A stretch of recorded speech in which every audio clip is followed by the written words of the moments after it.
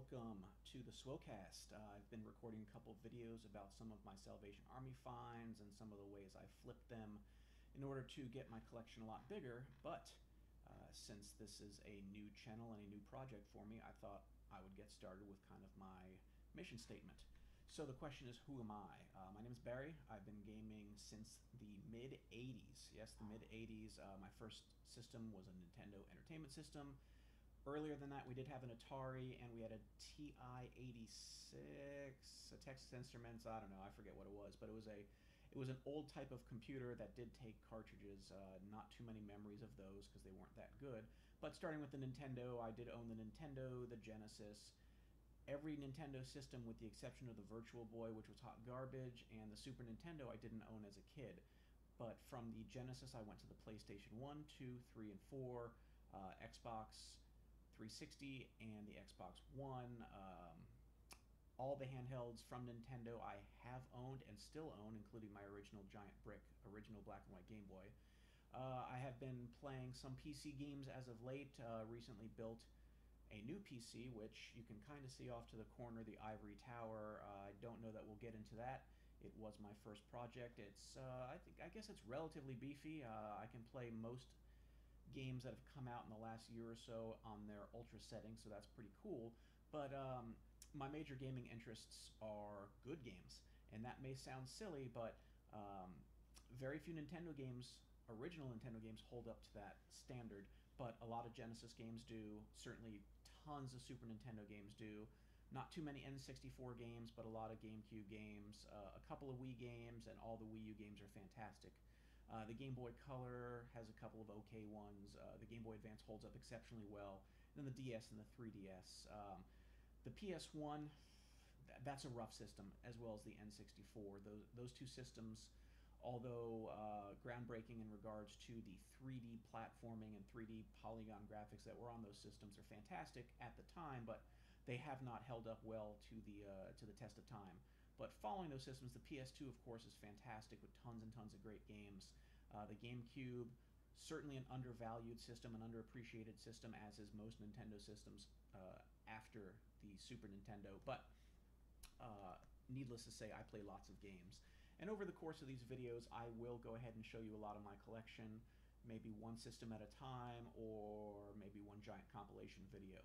But more about me, not necessarily about the collection. I'm 38 years old, got a family of 4 total, my wife, a 4-year-old son, and about a 4-month-old daughter.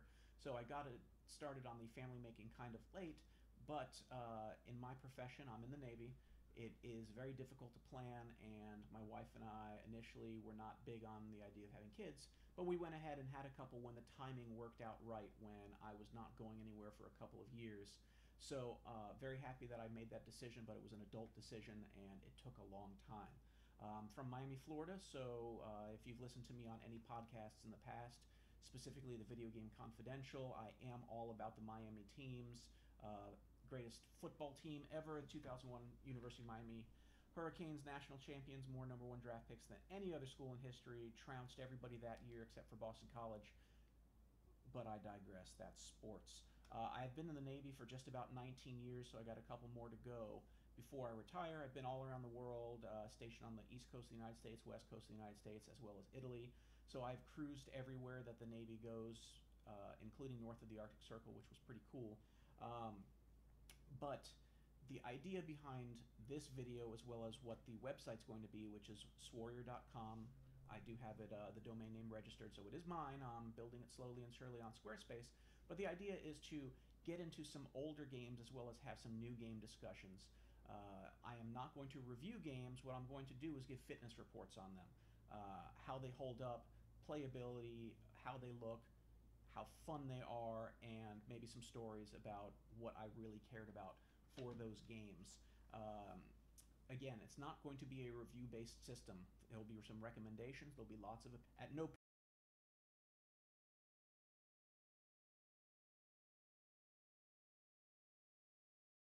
point will I be talking about current news, because there's really no reason. There's tons of other podcasts and websites to go to for news. Giant Bomb is certainly one of the best ones. Very opinionated, but those guys are long-time veterans of the business, so they certainly know what they're talking about. And any number of online sites, IGN, Game Informer, Kotaku, Polygon, name them all. That's where you can go for news. Where you're coming here for is an amateur opinion about what's going on from a longtime gamer. So you'll find some Let's Play videos on here, some fun videos. In the past, I set some gameplay videos to music, which I thought were a lot of fun to do. And once I learn the YouTube rules, as long as I have no advertisements, I would imagine I can stream those for free. But I don't know. We'll see what the bigwigs behind YouTube think about licensed music. So what are we going to do on this channel? First and foremost, it's video games, but the process of learning how to use the technology behind YouTubing, behind editing videos with music, behind green screening, as you can see behind me, not a green screen, a couple of my Big Lebowski pictures, and let me shoot my head to the side, Night of the Living Dude. I picked that up at New York Comic Con a couple years ago with the fine gentleman over at the Better Gaming Bureau, bgb.com. And we'll drop some hashtags and some ats and stuff towards the end of this video.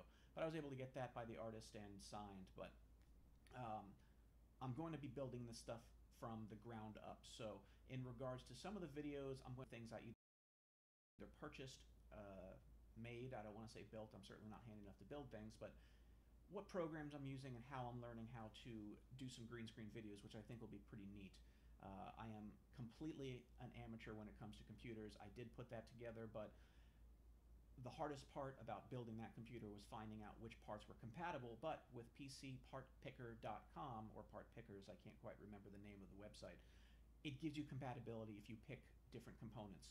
So that part was kind of easy. It was just the daunting dipping the toe in the pool and the money to buy the equipment. But otherwise, putting it together, I don't think it took me 2 hours to put that whole thing together, and it's not that complicated. So if I can do it, you can do it. So yeah, we're going to learn eventually maybe how to throw some graphics in, how to throw links into videos. Again, I don't know how to do it, but you'll watch me do it and learn along with me and make fun of me at my level of naivete, if you will. So where are we going? I want to talk about budget gaming. There's going to be a lot of good finds, where to find things, how to find things, talked about on this website. You've seen a couple of my videos at Salvation Army. The gentleman that I met there has been holding on to some things for me, but I go there often enough that when he gets new stuff into his little compartment in the back, he'll bring it out for me before he puts it out, and I think that's super neat.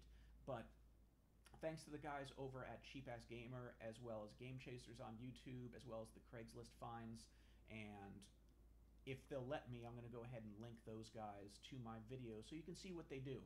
Whether it's flea markets, garage sales, estate sales, pawn shops, and I've never had luck at pawn shops, but where to get the most bang for your buck with games. Because for every $60 title you go out and buy, there's probably a good possibility that you could have gotten 10 or 20 more games from either earlier in this generation or previous generations, whether that's eBay or what have you. With those older games, some of them are worth spending some money on, but you can get a lot of cartridge-based games really cheap, and PS1 games are quite literally a dime a dozen. So I want to help you guys be able to get the most gaming buck for your dollars. One quick tip that I would suggest is if you don't have $60 plus tax to drop on new titles, what you may want to do is buy something that's a couple months old, maybe get that at a third to a half of what its original price was, and while you're playing that game, the price on the new hotness is going to drop. So big things that have come out recently, Bloodborne's come out relatively recently, Dragon Souls, Demon Souls 2 just got re-released on the PS4. So for all these high-priced titles, if you maybe go back and play Wolfenstein on the Xbox One, you can pick that up for between $15 and $20. Play it for a week or two, then pick up another $10 to $15 to $20 title and kind of go from there. There's going to be that new hotness game that you're going to get. For me, it's going to be Arkham Knight when it comes out. I haven't pre-ordered it yet, but it's most certainly going to be pre-ordered. That's going to be a day one purchase, but for a lot of other things, and if you look on my shelf, I have tons of Xbox 360 games after purging my collection that I'm still holding on to because I want to play. shoot, I just beat Halo 4 last week. Mind you, it was the Master Chief Collection, which, yes, I did pre-order, but it was the Master Chief Collection, so I did go back and play an older game. A couple years old anyways. So, what type of content is coming? Music videos, game opinions, facts on how to buy games, opinions on how to buy games, maybe some discussion points from big questions of yesteryear, or I'll pose questions that maybe relate to the current gen, but where we think it may be going. Again, there's going to be no news. There's going to be no facts on these kind of videos. They're all going to be opinion-based, and I would love to get into a dialogue with you guys. So, that's about it for this video. Check out the comments. I'm going to definitely tag some people in here, but Big Red NY, aka the Masked Mexican, he's up in New York. He is the CEO of the Better Gaming Bureau. His partner, Deep Boyce, the princely Puerto Rican. And no, neither one of those two people are from those exact locations. But those two guys, I've been on and off with them for about 5 years now. Good guys. They are up to the minute with lots of their video game information.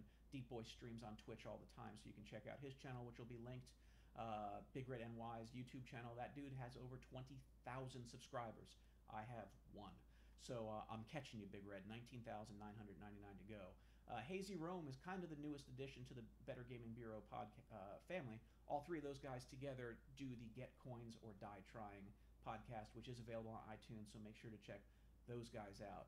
Again, I mentioned the Game Chasers. They have a pretty big video and pretty big following on YouTube. You've got Jay. You've got the other guy. I always draw a blank on his name. Billy the Gaming Chode. Dodongo. There's a whole bunch of them with stupid names, but check those guys out. Some of the stuff they find is pretty incredible, and the contacts that they've made and the friends that they've made throughout the country on their trips and online. It's a good cast of characters, and it's pretty neat to see people that are so intimately involved with gaming's past. So definitely check all those guys out. The Craigslist finds videos on YouTube. I've watched about 30 of them. Big back catalog of stuff to see what they do. A couple of guys out in Arizona. You've got White and Fanta. They're just normal guys. Their personalities come through. They're really earnest and honest in what they do. But check all those guys out, and definitely stay tuned and subscribe to my channel. I hope to do a couple of these videos a month at least. If time is really good, maybe a couple of videos a week.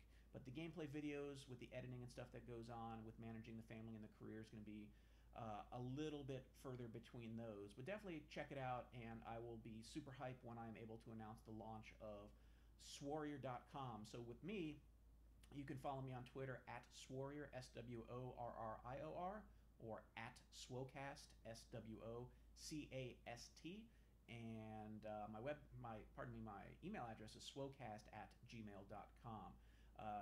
Last thing, I've been going with the SWOrrior and the SWOrrior Berry and the SWOcast. So kind of the whole SWO gamut of names for about the last 7 years or so. So in case you're wondering, SWO is a surface warfare officer. That's my designation in the Navy. And then you just combine that with warrior, so you got the SWOrrior. It's kind of a dumb nickname. Lots of surface officers use that around. We consider ourselves surface warriors, so hence the SWOrrior. So if there's any questions about that, let's put those to bed. So SWO rhymes with row, except when you say it out loud, it's SWOrrior. All right, so thanks for tuning in for this somewhat long introduction, and I look forward to recording more videos and having you guys follow on this path. Thanks a lot.